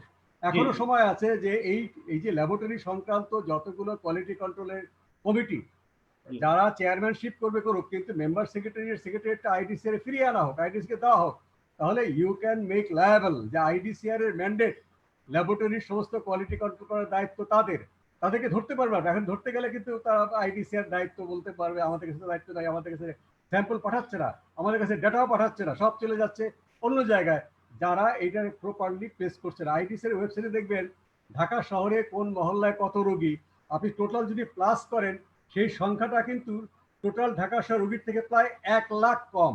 এটা একটা গণমাধ্যম ধরেছে। আসলে কেন 1 লাখের তো কোনো ডেটার কোনো ইয়েই নাই, কোনো স্পেসিফিক মানে কোনো ডেটার কোনো মানে অথেন্টিসিটি নাই, সেটা কেন আইডিসিআর তার ওয়েবসাইট তুলবে? অথেন্টিক যেটাই তারা অথেন্টিক ডেটা পেয়েছে, ডেটা ক্লিনিং করার পরে সেটুকু তারা ওই এলাকা ওয়াইজ তারা তুলেছে, বাকিটা তুলেনি। এলাকা আছে অ্যাভেলেবল ডাটার উপরে করা হয়েছে, কারণ আপনি সমস্ত বিশ্বের এপিডেমিওলজিস্টরা আইডিসিআর ডাটা অনুযায়ী তারা কাজ করে। এখানে যদি আমি ভুয়া ডাটা দেই, যেটা টেলিফোনে শুনেছি পজিটিভ বলে দিলাম, সেটা তো আইডিসিআর করে না। যে তুমি তোমার রেজাল্টটা পাঠাও, লিখিতভাবে পাঠাও, সেটা আমরা এক্সেল শিটটা পাঠাও, সেটা আমরা বলবো। সেটা কিন্তু এখন হচ্ছে না, টেলিফোনের ডাটাটা নিয়ে বুলেটিনে বলে দেওয়া হচ্ছে। তো এটা নিয়ে তো আপনি কোনো রোগ নিয়ন্ত্রণ হবে না, লোক দেখানো ডাটা হবে, এটা দিয়ে কোনো স্টাডিও হবে না। এটা ঠিকই বলেছে ডাক্তার জাহিদ। জি, আমি আপনার গত 25 বছর দেশের বাইরে, কিন্তু আপনার কথা শুই না আমি আতঙ্কে এবং ভয়ে যে এটা তো একটা ললেস দেশের এক্সাম্পল। আপনি একজন উচ্চপদস্থ জায়গা থেকে আপনি জানেন এবং এগুলি বললেন, এটা সাধারণ মানুষের জন্য যে কত একটা মানে যে সমস্ত দেশে কোনো আইনের শাসন নাই সেই সমস্ত জায়গায় এগুলি হয়। ভেরি আনফর্চুনেট যে বাংলাদেশে আপনার এরকম একটা জিনিস এখন অনগোয়িং। আমি আপনার বিজনদা আপনার কাছে আমি যেটা জানতে চাইবো যে এই যে একটা ভ্যাকিউম সৃষ্টি হয়েছে, হ্যাঁ, আপনার এই জনগণ আপনার প্রপারলি ডায়াগনোসিস হচ্ছে না, টাকা পয়সা ছয় নয় হচ্ছে, এইখানে আপনাদের গণস্বাস্থ্যের যে কিট আপনারা বের করার চেষ্টা করছেন, আপনারা কি মনে করেন যে এই জায়গায় আপনারা একটা স্ট্রং ব্যাকআপ গভর্নমেন্টকে দিতে পারবেন? অবশ্যই পারবো, কারণ আমাদের মানে কারেন্ট বা অ্যাকিউট ডায়াগনস্টিক করার যে অ্যান্টিজেন কিটটি আছে এটি কিন্তু পিসিআর এর সমতুল্য, কাছাকাছি একদম। সুতরাং যদি অ্যান্টিজেন কিটটাকে এই মুহূর্তে ব্যবহার করা হয় ডায়াগনস্টিক করার জন্য, তাহলে কিন্তু অনেকাংশেই রোগীদের চাপ থেকে মুক্তি পাওয়া যাবে এবং অধিক সংখ্যক পেশেন্ট কিন্তু শনাক্ত করা যাবে। আর অ্যান্টিবায়োটিক বলেন জি, আপনি আপনি যেটা বলতেছেন সেটা কিন্তু আপনার মানে আমি জাস্ট একটা ডেভিলস অ্যাডভোকেট রোল প্লে করতেছি, মানে আই হোপ ইউ মাইন্ড, আপনি কিছু মনে করেন না। সেটা হচ্ছে গিয়ে যে WHO যদি ঘোষণা দিয়েই দেয় যে তারা পিসিআর ছাড়া অন্য কোনো টেস্টকে ডায়াগনস্টিক টেস্ট করতে দিবে না, তো সেই ক্ষেত্রে আপনার গভর্নমেন্টের কি একটা দায়বদ্ধতা থাকে না যে তারা বলবে যে না না আপনাদের কিট যতই ভালো হোক they are not gonna give you that. তো এই ক্ষেত্রে আপনাদের আর্গুমেন্টটা কি? আপনারা গভর্নমেন্টের কাছে কি হিসেবে আর্গু করবেন যে আপনাদেরকে মানে এরকম একটা বিচ্ছিরি যে দেশের অবস্থা সেখানে আপনারা হেল্প করতে পারেন, এবং সেখানে আপনারা বলতেছেন যে আপনার WHO ডাইরেক্ট আপনার ইয়ে থাকলেও ইনস্ট্রাকশন থাকলেও আপনারা টেস্ট করতে চান, আপনারা মানে গভর্নমেন্টকে একটা হাতিয়ার তুলে দিচ্ছেন যে তারা যাতে টেস্ট করে দেখে যে এই কিটটা গভর্নমেন্টকে সঠিক ট্র্যাকে ফিরে আনতে পারে কিনা, তাই কিনা? জি জি, আমরা সেটাই বলতে চাচ্ছি যে আমাদের কিটটা আপনারা দেখেন, যদি আমাদের কিটটা রিলায়েবল রেজাল্ট দেয় তাহলে এটা ব্যবহার করতে কোনো আপত্তি নাই, কারণ WHO এটি বলেছে পিসিআর ব্যবহার করেন। পাশাপাশি কিন্তু এটিও বলেছে যে যে কোনো দেশ তার নিজস্ব টেকনোলজি ব্যবহার করতে পারে সেই রোগকে শনাক্ত করার জন্য, কন্ট্রোল করার জন্য। এটি কিন্তু প্রত্যেকটি দেশের দায়িত্ব WHO দিয়ে দিয়েছে। সুতরাং যদি আমাদের কিছু রিলায়েবল হয় পিসিআর এর মধ্যে রিলায়েবল হয়, কম খরচে স্বল্প সময়ে, মানে without any strong laboratory support and man power করা যায়, তাহলে এটি না করার কোনো জাস্টিফিকেশন আমি দেখি না। জাহিদ তুমি কি মনে করো? তুমি কি বিজনদার সাথে একমত? হ্যাঁ, আমি আসলে নির্দিষ্ট কোনো কোম্পানি বা কার দেশি বা বিদেশি এরকম কোন অ্যান্টিজেন বা অ্যান্টিবডি কিটের ব্যাপারে তো আমি বলতে পারি না, কারণ আমার কাছে আমি তো ডাটা নির্ভর কথা বলবো, যেটার সেন্সিটিভিটি স্পেসিফিসিটি ভালো হবে আমি সেটার পক্ষেই বলবো। তবে এই মুহূর্তে বিজন সাহেব যেটা বলেছেন এটা অবশ্যই WHO গোল্ড স্ট্যান্ডার্ড একটা ঠিক করে দিয়েছে, কিন্তু প্রত্যেক দেশেরই কিন্তু যে গভর্নিং অথরিটি তারা কিন্তু তাদের দেশের সাথে তুলনা আপনার সামঞ্জস্য রেখে অন্যান্য টেস্ট গুলোকে আপনি ইন্টিগ্রেটেড অবস্থায় নিয়ে আসতে পারেন। দেখেন কিছুদিন আগে কিন্তু ইন্ডিয়া কিন্তু আপনার অ্যান্টিজেন টেস্টকে নিয়ে আসছে তাদের এই যে ডায়াগনস্টিক প্রোটোকলে, আর অ্যান্টিবডি টেস্ট আপনার অন্যান্য পারপাসে আর অনেক বেশি ব্যবহার করা হচ্ছে। আমি যদি ক্লিন কাট বলতে চাই তাহলে দেখেন প্রথমে একটা পেশেন্ট আমি সাসপেক্ট করলে প্রথমে আমি একটা আমার কাছে যদি ভালো ভালো অ্যান্টিজেন কিট থাকে, আমি আবার বলিনি যে অ্যান্টিজেন কিট হলে হবে না, সেটা কিন্তু ভালো মানের হতে হবে। সেটা হয়তো এখনো আসে নাই, আসলে আসবে পরে, কিন্তু ভালো একটা অ্যান্টিজেন কিট থাকলে আমি অবশ্যই প্রথমে সেটা দিয়ে টেস্ট করব। তাতে যদি পজিটিভ হয় তাহলে আমি সেটা পজিটিভ ধরবো, তাতে যদি নেগেটিভ হয় তখন আমি পিসিআর এ গেলাম। পিসিআর করলে যদি পজিটিভ হয় তাহলে সেটা আবার পজিটিভ, দেন আবার পিসিআর এক্সট্রা পিসিআর করার পরে অনেক সময় সেকেন্ড টাইম টেস্ট করা লাগে, বা 7 দিন 10 দিন পরে, তখন আমি প্রথমে অ্যান্টিবডি টেস্ট করলাম। যদি দেখি আমি অ্যান্টিবডি চলে আসছে তাহলে তো আর পিসিআর করার প্রয়োজন হয় না, আর যদি দেখি যে অ্যান্টিবডি টেস্ট নেগেটিভ তখন আমি আবার পিসিআর করতে পারলাম। আমার কথা হলো অ্যান্টিজেন অথবা অ্যান্টিবডি নির্ভর যে কোনো র্যাপিড টেস্টই কখনই আপনার পিসিআর এর আপনার আপনার বিকল্প না, কিন্তু পিসিআর এর সহায়ক ভাবে হতে পারে। এবং এখনই আমাদের দেশে একটা আপনার মানে ইন্টিগ্রেটেড একটা সোজা কথা নতুন করে একটা প্রোটোকল বানাতে হবে, ডায়াগনস্টিক প্রোটোকল, যেটা আমি উদাহরণ দিয়ে বললাম যে এটার পরে এটা, এটার পরে এটা, এভাবে হতে পারে। অন্যান্য দেশগুলোয় কিন্তু এটাই করা হচ্ছে, শুধু একটা টেস্টই। এবং আরেকটা কথা বলে রাখি, দেখেন পিসিআর বলেন, অ্যান্টিজেন বলেন, অ্যান্টিবডি বলেন, আমরা শুধু কিন্তু পদ্ধতিগুলোর নাম বলি, কিন্তু আমাদের যে নীতি নির্ধারকরা তারা যে মানসম্মত কিটটা সিলেক্ট করবেন নাকি এটা কিন্তু অবশ্যই একটা ব্যাপার। আমি মুখে বললাম একটা অ্যান্টিবডি কিট সিলেক্ট করলাম, কিন্তু দেখা গেল আমি 10 গুণ দাম দিয়ে 10 গুণ বেশি দাম দিয়ে একটা আপনি নিম্নমানের একটা কিট নিয়ে আসলাম, তাহলে দোষ কিন্তু সেই অ্যান্টিবডি কিট, সেটি দোষ কিন্তু কিটের হবে না, দোষ কিন্তু হবে আমার নীতি নির্ধারকদের যে আমি বাজে রকমের কিট এনেছি। এটাই আর কি, যে এখন আমি অবশ্যই মনে করি যে কোভিড-19 ডায়াগনোসিসের ক্ষেত্রে অ্যান্টিজেন নির্ভর এবং অ্যান্টিবডি নির্ভর র্যাপিড টেস্ট গুলো আপনি ইন্টিগ্রেটেড করা উচিত।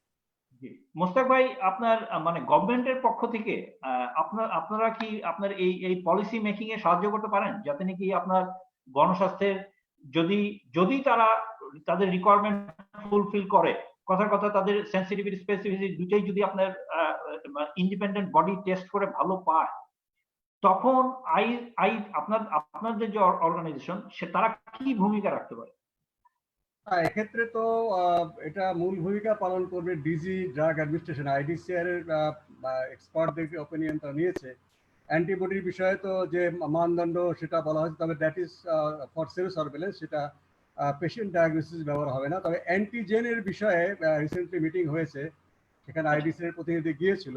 আমি যেটা শুনলাম তারা একটা মানদণ্ড ঠিক করেছে যে দেশ বা বিদেশ যেখান থেকে আসুক না কেন সেটা ফুলফিল করলে সেটা দিয়ে র্যাপিড টেস্ট করা যেতে পারে। তবে আমার একটা, আমি যে গণমাধ্যমে প্রস্তাব দিয়েছি, আমি তো সব বিষয়ে এক্সপার্ট না, যেমন এটা তো র্যাপিড টেস্টের জন্য বাংলাদেশ অবশ্যই যে কোনো সিদ্ধান্ত নিতে পারে, ঠিকই বলেছেন। এবং বিভিন্ন দেশ কিন্তু করছে যে এত হাজার হাজার রোগীকে তারা শুধুমাত্র আরটিপিসিআর দিয়ে শনাক্ত করছে না, অন্যান্য পদ্ধতি করছে, এবং ডাব্লিউএইচও গ্রহণও করছে, তাদের ওয়েবসাইটে সিচুয়েশন রিপোর্টে তারা লিখছে।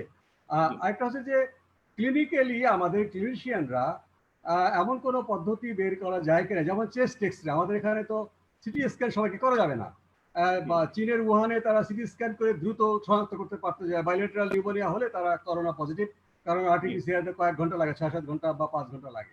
বাংলাদেশের আরটিপিসিআর এখনো ওভাবে সহজলভ্য হয়নি, তো সেক্ষেত্রে চেস্ট এক্সরে কিন্তু উপজেলা লেভেল পর্যন্ত আছে। চেস্ট এক্সরে করে যদি নিউমোনিয়া পাওয়া যায় সেটাকে কিন্তু করোনা সন্দেহ করে বা করোনা কনফার্মও করা যেতে পারে, সেটা যে বাংলাদেশের যারা কমিটি আছে ক্লিনিক্যাল, তারা ডিসিশন নিতে পারে এটা করা। আর একটা হচ্ছে যে কমিউনিটি লেভেলে যাদেরকে আরটিপিসিআর টেস্ট করা যায় বা যাচ্ছে না, এবং যাদের এক্সরে করা দরকার নেই তাদেরকে লক্ষণ দেখেই তাদেরকে আইসোলেট করা। এক্ষেত্রে একটা শর্ত থাকে যে একজন ডাক্তার বলেছে এই আমাদের টক শোতে যে মোস্তাক ভাই কথাটা মানে, কিন্তু এটা স্বাস্থ্য বুলেটিনে যেতে হবে যে আজকে এত হাজার রোগীকে আমরা চেস্ট এক্সরের মাধ্যমে কনফার্ম করলাম, আজকে এত হাজার রোগীকে আমরা লক্ষণ দেখে শনাক্ত করলাম সন্দেহজনক রোগী। এটা যারা মারা যাচ্ছে সেই ডেড পার্সনদের ক্ষেত্রেও যে সন্দেহজনকভাবে এই লক্ষণ নিয়ে মারা গেছে, এটা সরকারিভাবে স্বাস্থ্য বুলেটিনে আসা উচিত। নাহলে কিন্তু মনে হচ্ছে যে সরকার বুঝি এই তথ্যগুলো লুকাচ্ছে। তথ্য সংগ্রহ করা হচ্ছে, যারা করোনার উপসর্গ নিয়ে মারা যাচ্ছে সেটা প্রত্যেকটা সিভিল সার্জনকে বলা হয়েছে যে সেই তথ্যগুলো পাঠাতে আইডিসিআরকে, সেটা কিন্তু এটা রিয়েল টাইমে দেওয়া উচিত। এবং এই বিভিন্ন আরটিপিসিআর বাদে অন্য অন্য পদ্ধতিতে যদি আমরা শনাক্ত করি সেটা অবশ্যই রেকর্ডেড হওয়া উচিত। তাহলে কিন্তু আমাদেরকে এপিডেমিওলজিক্যাল ট্রেন্ডটা বুঝতে এবং কন্ট্রোল মেজার কোথায় কি নিব সেটা করতে সুবিধা হবে। জি, আমি এখানে মোস্তাক ভাই আপনার সাথে জাস্ট একটু অ্যাড করতে পারি। সেটা হচ্ছে গিয়ে যে আপনার এই ব্যাপারে আমাদের আমার যে ল্যাব এখানে ডাবলিনে, আমরা আপনার ইনিশিয়ালি কিছু কাজ শুরু করছিলাম, ওইটা আপনার ডিজিটাল প্যাথোলজি রিলেটেড কাজ। ওই হচ্ছে গিয়ে আপনার ওই একদম প্রথম দিকে মার্চ এপ্রিলের দিকে সারা পৃথিবীতেই এই আপনার সিটি স্ক্যান বেসড লাংয়ের কিছু ক্রাইটেরিয়া ওরা বের করছিল যে সিটি স্ক্যানে লাংয়ের এই এই ক্রাইটেরিয়া থাকলে তারা আপনার বলতে পারতো যে ওইটা করোনা হওয়ার সম্ভাবনা বেশি। ঠিক আছে, কিন্তু এক্সরে রেজলিউশন আপনি নিজেও জানেন। তো এইটা কিন্তু আসলে এই আলোচনাটা কিন্তু বাংলাদেশে আসলে ওইভাবে করে আপনার মুক্ত হয় নাই। তো আমি আপনার সাথে পুরোই একমত যে এইটা আমাদের আরো এক্সপার্ট যারা রেডিওলজি বিশেষ করে এটা আমরা একবার আলোচনা করতে পারি যে বাংলাদেশে এটার প্রসপেক্ট কেমন, এবং আপনার এটাকে যদি ডিসেমিনেট করা যায় একটা সাপ্লিমেন্টারি মেথড হিসেবে, তো definitely it's worth looking into ইট। তো আমার মনে হয় আমাদের সময় আজকে প্রায় শেষ হয়ে আসছে। বিজঙ্গা, আপনি শেষ 1 মিনিট যদি কিছু অ্যাড করতে চান আমাদের জন্য বলেন। হ্যাঁ, খুব সুন্দর আলোচনা হয়েছে। তবে আমি সিটি স্ক্যানের উপরে একটা কথা আমার আছে যে আপনি যদি যখন আপনি লাংয়ে অফেক্ট পাবেন বা ইনভলভমেন্ট পাবেন, এটা কিন্তু যথেষ্ট বিলম্ব হয়ে যাচ্ছে। বিলম্ব এর আগে যদি শনাক্ত করা যায় তাহলে সবচেয়ে ভালো হয়, যদি রোগী এই পর্যায়ে না আসে। আমার মনে আছে 2003 সালে ডাব্লিউএইচও একটা ক্রাইটেরিয়া ছিল যে লাংস ইনভলভমেন্ট হতে হবে তবে এটা করোনা ভাইরাস ইনফেকশন, কিন্তু বিষয়টা বেশ বিলম্ব। আমি আমি আমি যাদের বলতে চাই এখন টেকনোলজি অনেক ডেভেলপ করেছি, সুতরাং আমরা কেন খুব আর্লি স্টেজ ডিটেকশন করতেছি? আর্লি স্টেজ ডিটেকশন করে বরং ওই পর্যায়ে যেন রোগীরা না আসে সেই ব্যবস্থা নিলে তবেই মনে ভালো হবে। এটা আমার বক্তব্য। আপনাদের আলোচনা খুব সুন্দর হয়েছে, আমাকে সুযোগ দেওয়ার জন্য অসংখ্য ধন্যবাদ। Thank you very much. Zahid, তুমি কিছু অ্যাড করবা লাস্টে? তোমাকে 1 মিনিট সময় দিলাম, হ্যাঁ বলো। হ্যাঁ হ্যাঁ, আমি তো একটু এটাই বলতে চাই। স্যার যে মোস্তাক স্যার বলছিলেন কোয়ালিটি কন্ট্রোলের কথা, আপনি যে কথাটা পরিপ্রেক্ষিতে যে এই যে টাকা পয়সা নিয়ে সব দুর্নীতি হচ্ছে, দেখেন আপনার সাধারণ জনগণের পরে যদি এই দুর্নীতির ব্যাপারে বেশি ক্ষতিগ্রস্ত মনে করেন, তাহলে কিন্তু আমরা যারা ল্যাবের ফোকাল পার্সন হিসেবে আছি, যারা আমরা গত কয়েক মাস ধরে সরকারি ল্যাবরেটরি গুলোতে দিনরাত কাজ করে যাচ্ছি, আমাদের কিন্তু কষ্টটা অন্যরকম একটু। যে কাজ করছি, আমরা চেষ্টা করছি সর্বোচ্চ মানে কাজ করতে, অথচ এই যে জেকেজি বা রিসেন্টের মতো কিছু দুর্বৃত্তর কারণে এই পুরো প্রক্রিয়াটাই কিন্তু এখন প্রশ্নবিদ্ধ হয়ে গেছে। এই যে দেখেন টেস্ট সংখ্যা কমে যাওয়া, এটার কারণ কিন্তু শুধু ফি নির্ধারণ তা না। আপনি আপনি আশপাশের মানুষজনের সাথে কথা বলে দেখবেন, কারণ 200 টাকা অনেকেরই জোগাড় করার সামর্থ্য আছে, কেন যেন মানুষের মধ্যে একটা আপনার অবিশ্বাসের একটা ব্যাপার চলে আসছে যে এত ভোগান্তি করে টেস্ট করব, এরা তো না দেখে রিপোর্ট দিয়ে দিবে। বা সোজা কথা, সেই বিশ্বাসযোগ্যতা আমাদের নাই। আর বহির্বিশ্বেও তো এই দুর্নামটা ছড়িয়ে পড়েছে। সুতরাং কি হবে না হবে এটা তো আসলে আমাদের এই আলোচনা গত কয়েক মাস ধরে করছি, লাভের লাভ কিছুই হচ্ছে না, বরঞ্চ একের পর এক শুধু আপনি কেঁচে করতে সাপই বের হচ্ছে। তবে একটুকুই অনুরোধ করবো যে আমরা যারা অন্তত, যেহেতু আজকের বিষয়টাই টেস্ট করা নিয়ে আমি এতটুকু দায়িত্ব নিয়ে বলতে পারি, যেহেতু আমি একটা ল্যাবের ফোকাল পার্সন, যে ল্যাবে যারা কাজ করছে, টেকনোলজিস্ট বলেন, আপনার মাইক্রোবায়োলজিস্ট, ভাইরোলজিস্ট, ইভেন একটা ক্লিনার পর্যন্ত, তারা কিন্তু তাদের সর্বোচ্চ দেওয়ার চেষ্টা করছে। কিন্তু একটা টেস্টের রেজাল্টের সাথে কিন্তু আগে পরে অনেক রকমের অনিয়ম, দুর্নীতি সেগুলো যুক্ত থাকে। সেগুলো যদি আমাদের স্বাস্থ্য অধিদপ্তরের পক্ষ থেকে এগুলো ঠিক করা হয়, তাহলে হয়তো অন্তত আমরা মানটা নিয়ে আমাদের কোনো আপত্তি থাকবে না। ধন্যবাদ। জি, thank you very much Zahid. Mushtaq ভাই, আমাদের জন্য লাস্ট কিছু বলেন, আশার বাণী। কারণ হচ্ছে গিয়ে মানুষ যে ফ্রাস্ট্রেটেড এটা আপনি বুঝতে পারতেছেন, এবং ইন্টারন্যাশনালি আমরা এত হিউমিলেটেড হয়েছি আপনার এই লাস্ট কিছু দিনের জন্য, যে এটা আনবিলিভেবল, এটা আপনার ভাষায় প্রকাশ করা যাবে না যে আমরা আন্তর্জাতিক মিডিয়াতে যখন এগুলি আসছে। তো আপনি একজন সরকারের মানে প্রিটি হাই আপ, আপনি তো ওনাদের জন্য, ধরুন আপনি সাধারণ মানুষের জন্য না, আপনি একজন টেকনিক্যালি একজন বিশেষজ্ঞ হিসাবে আপনি যদি সরকারকে কিছু বলতে চান তাহলে আপনি কি বলতেন মোস্তাক ভাই? সরকারকে আমি বলবো যে যারা টেকনিক্যাল ইনস্টিটিউট তাদেরকে সমন্বয়ের কেন্দ্রে রাখে। নেতৃত্ব প্রয়োজন নেই, নেতৃত্ব যারা প্রশাসনিকভাবে ক্ষমতাবান তারাই নেতৃত্ব দিক, কিন্তু টেকনিক্যাল বিষয়ে ওপিনিয়ন, টেকনিক্যাল বিষয়ে সিদ্ধান্ত যারা এপিডেমিওলজিস্ট, ভাইরোলজিস্ট এবং এই বিষয়ে যারা আছে তাদের ওপিনিয়নটা নিয়ে কিন্তু ভ্যালু করা উচিত। এখানে বাণিজ্যিক বিষয়ে ঢোকারই যেন সুযোগ না পায়। আমি বলছি না সবাই করাপ্ট হয়ে গেছে, কিন্তু এই যে ডিফারেন্সটা, যে টেকনিক্যাল লোকদেরকে সাইডলাইন করে অ্যাডমিনিস্ট্রেটিভ ক্ষমতা দেখানোর জন্য আমি একটা ডিসিশন দিলাম, ওই ফাঁক দিয়ে কিন্তু এসব জিনিস ঢুকেছে। মন্ত্রণালয়ের সঙ্গে স্বাস্থ্য অধিদপ্তরের পার্থক্য হয়েছে এই সব কারণে যে সে মন্ত্রণালয় হচ্ছে রুলস অফ বিজনেস, তারা ক্ষমতাধর, কিন্তু ডিজি হেলথ হচ্ছে সংক্রমণ প্রতিরোধ আইন অনুযায়ী তিনি সবচেয়ে বড় নির্বাহী, তিনি মন্ত্রীর কাছে দায়ী থাকবেন, নট টু সচিব। কাজে এইগুলো এই ক্ষমতা দেখাতে গিয়ে এই যে দুর্নীতিবাজরা তারা কিন্তু এই ফাঁক দিয়ে ঢুকে গেছে। কাজী মন্ত্রণালয় এবং স্বাস্থ্য অধিদপ্তর যেরকম টেকনিক্যাল স্বাস্থ্য অধিদপ্তরকে তাদের অনার করা উচিত, স্বাস্থ্য দপ্তরকেও তার অধীনে যে সমস্ত টেকনিক্যাল ইনস্টিটিউটগুলো আছে, টেকনিক্যাল ব্যক্তি আছে, টেকনিক্যাল প্রতিষ্ঠান আছে, তাদেরকে তাদের অনার করা উচিত। তাহলে কিন্তু যার কাজ তাকে দিয়ে করা, ওভারঅল কোঅর্ডিনেশন করবে নিশ্চয়ই উপরস্থ কর্মকর্তা বা জনপ্রতিনিধি, মন্ত্রী আছেন, মাননীয় প্রধানমন্ত্রী আছেন, তারা করবেন। এবং এগুলো একটা কেন্দ্রে আনা দরকার। যদি স্বাস্থ্য মন্ত্রণালয় এই বিষয়ে অপারগ হয়, আমি আপনাদের মাধ্যমে প্রস্তাব দিচ্ছি মাননীয় প্রধানমন্ত্রীকে প্রকাশ্যে এটার কমান্ড নেওয়া উচিত, ইনসিডেন্ট কমান্ড, যেটা মহামারীকে মোকাবেলা করার জন্য ইনসিডেন্ট কমান্ডার মাননীয় প্রধানমন্ত্রী হোক।